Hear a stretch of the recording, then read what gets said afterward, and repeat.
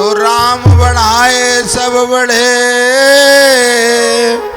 बलि कर बढ़ो न कोई। सो बलि करके रावण बढ़ो, सो लंका डारी खोई। तो राम नाम की लूट है, लूट सके सो लूट। अंतकाल पछताओगे,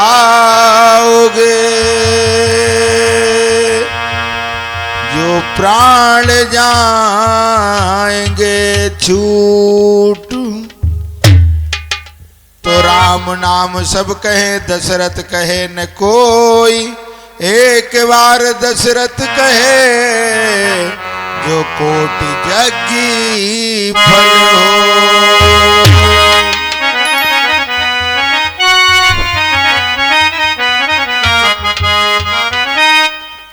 तो आगे की कथा रसीली है,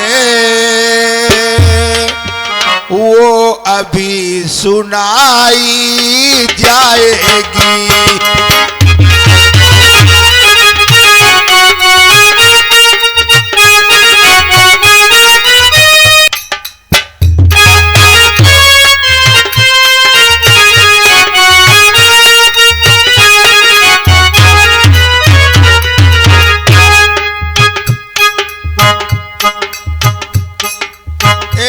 समय जब अवधपुरी,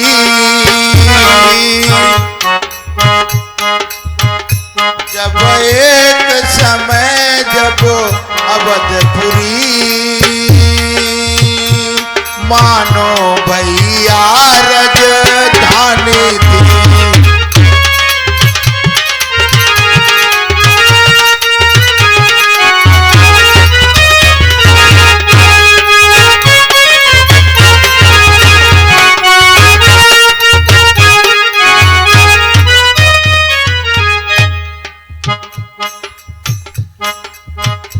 राजा अज के भी कोई संतान, आशा जब कोई न होती थी।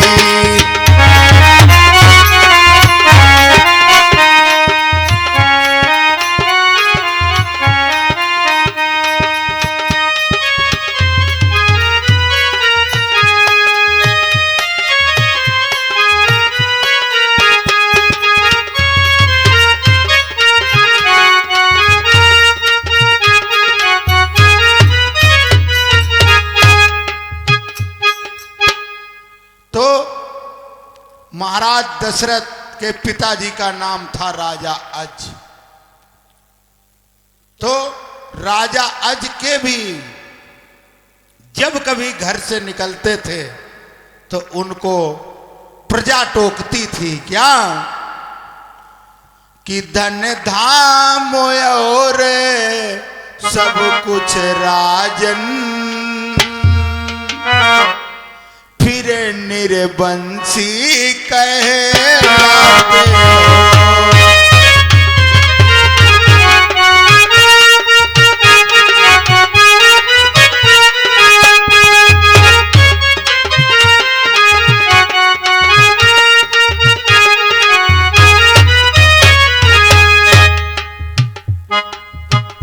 धन धाम और सब कुछ राजन,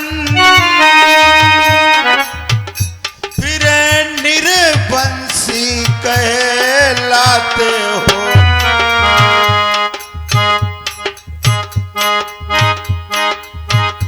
जब देखा तुम्हारे चेहरे पर दस निराशा छाई है।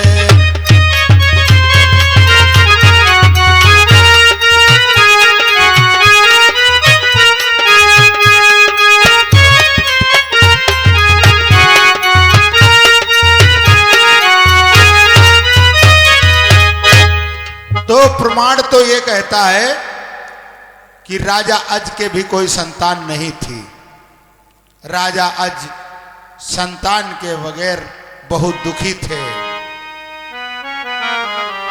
तो मुनि वशिष्ठ के पास गए, तो मुनि वशिष्ठ के पास गए, बोले मुनिवर ये चिंता है।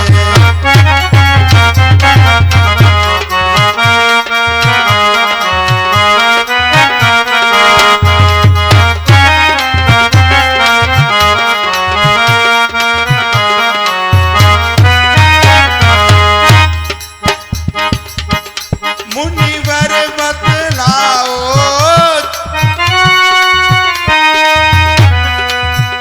जब मुनि वशिष्ठ के पास गए, बोलो मुनिवर गहरी चिंता है।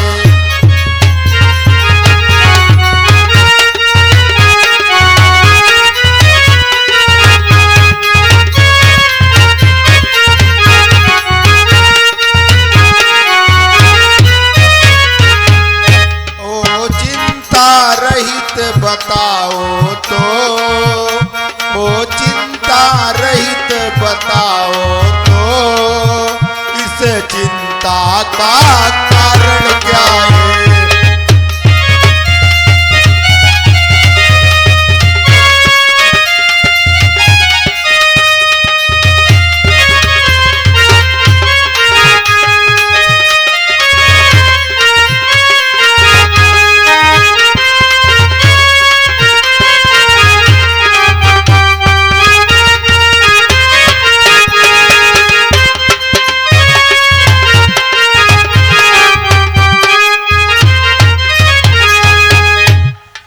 वशिष्ठ जी के पास गए, कहने लगे, हे मुनिवर, आखिर हमें बहुत गहरी चिंता है।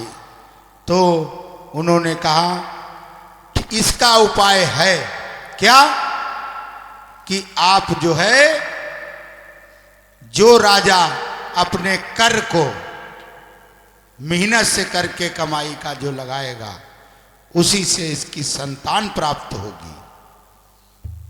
आज राजा अज दुखी होते हुए जब मुनिवर ने बता दिया, तो आज राजा आते हैं और आकर राजसी वस्त्र को उतार देते हैं मेरे भाई। क्या अब राजसी भेष को छोड़ दिया, अरे राजसी भेष को छोड़ दिया, मजदूरी भेष बनाया।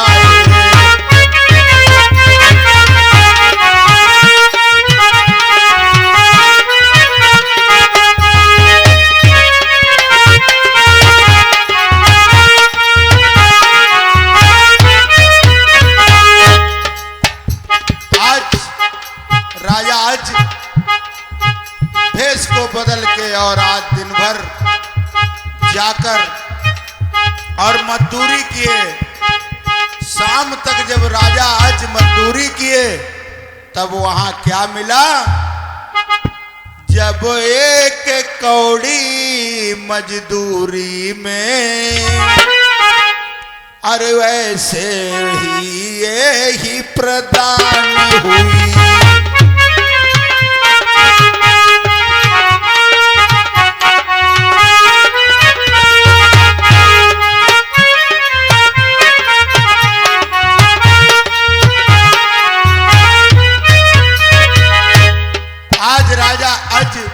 उसको राविंदर दादा उछालते हुए आ रहे थे, ये कौड़ी हमारी बड़ी मेहनत की है, और वो कौड़ी हाथ से छूट गई, और जब हाथ से छूट गई तो ये जमीन में उठाने को सोचे तो वो कौड़ी धसती चली जा रही। देखिए प्रभु की इच्छा। अरे जब एक पत्र धरती में गई, राजन भी बहुत अकुलाने लगा।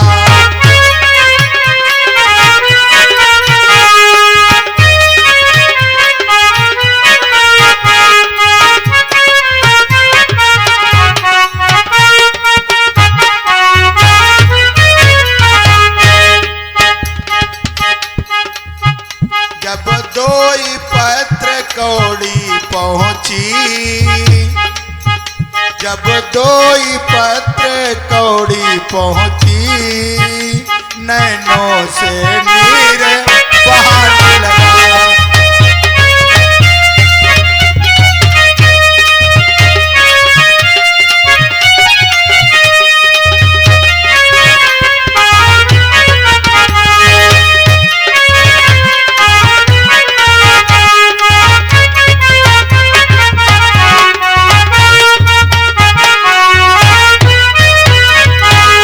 और यही नहीं, जिस समय वो कौड़ी धंसती हुई चली जा रही थी, उस समय तीसरे पत्त पे जब कौड़ी पहुंची तो राजा खोदते खोदते खोदते खोदते परेशान हो गए।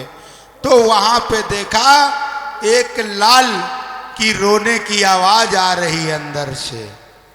जब लाल की रोने की आवाज आई तो वहीं पे राजा अज को पुत्र की प्राप्ति हुई। महाराज राजा जब आते हैं पुत्र को घर लेकर और अपनी रानी से कहते हैं, क्या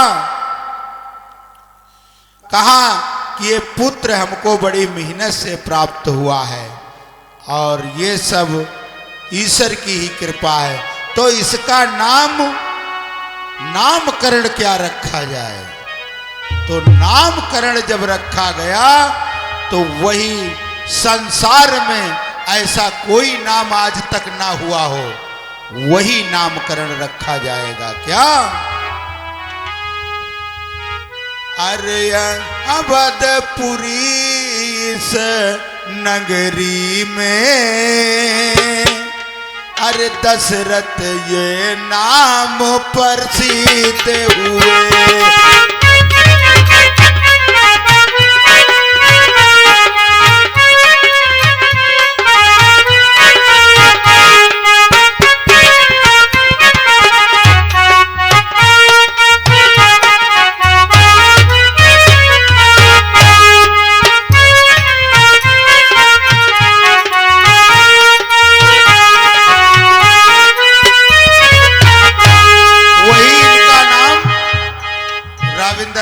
दशरथ रख दिया गया। आज दशरथ का नाम संसार में कोई दूसरा नहीं पाओगे। किस लिए? मुनिवर बोले राजन सुन लो, मुनिवर बोले राजन सुन लो, घर में चिराग उजियारा है।